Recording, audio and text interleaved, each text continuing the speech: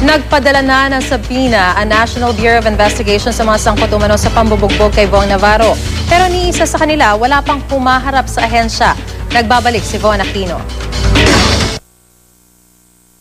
Sa harap ng mga tauhan ng NBI sa ospital, kinilala ni Navarro ang litrato ng umano'y mga nambugbog sa kanya. Sa video ibinigay ng ABS-CBN, tinatanong si Navarro ng NBI kung ano ang partisipasyon ng mga nasa litrato sa nangyari sa kanya noong gabi ng January 22.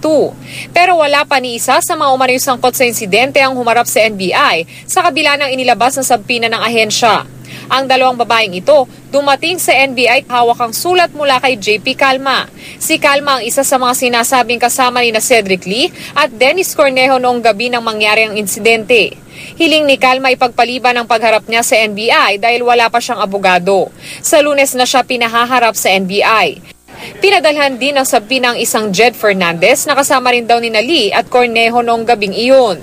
Pero di rin ito dumating. Maging ang magkapatid na Cedric at Bernice Lee at si Cornejo di rin nagpakita sa NBI. Ang dumating kahapon si Attorney RJ Magtibay ng Calleja Law Firm. Paliwanag ng law firm, January 27 lang daw kinuha ang serbisyo nila ni Lee at Cornejo kaya di raw sila agad nakatugon sa imbitasyon. Pero nangako silang makikipagtulungan sa NBI. Are you gonna be bringing your Denise here? That's again, I'm not at the liberty to say. It's Attorney Calleja's call. Just introducing ourselves formally to the regional director that we are handling the case in for. Isang team ng NBI ang nagpunta sa bahay sa Parañaque ng isa pang respondent na si Zimmer Rance na sinasabing martial art expert. Pero walang naabutang tao sa naturang bahay kaya sa barangay na lang iniwan ang subpoena. Sinabihan ng NBI na natanggap na ng kapatid ni Rance ang subpoena. He lost his chance to air his side. Baka Department of Justice na ang magsabina sa kanya.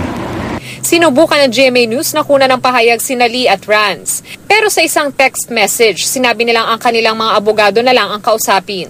Bumalik din ang NBI team sa kondominium ni Denise. Hinatid nila ang subpoena para hingi ng CCTV footage noong January 17, ang sinasabing unang pagkikita ni Navarro at Cornejo sa condo unit ng dalaga. Humingi rin ang NBI ng sinumpaang salaysay ng ilang empleyado ng kondominium para makumpleto ang kanilang investigasyon. Samantala, bumuo na rin ng 3-member panel ng DOJ na hahawak sa reklamong isinampa ni Navarro laban sa grupo ni Cornejo. Von Aquino, GMA News.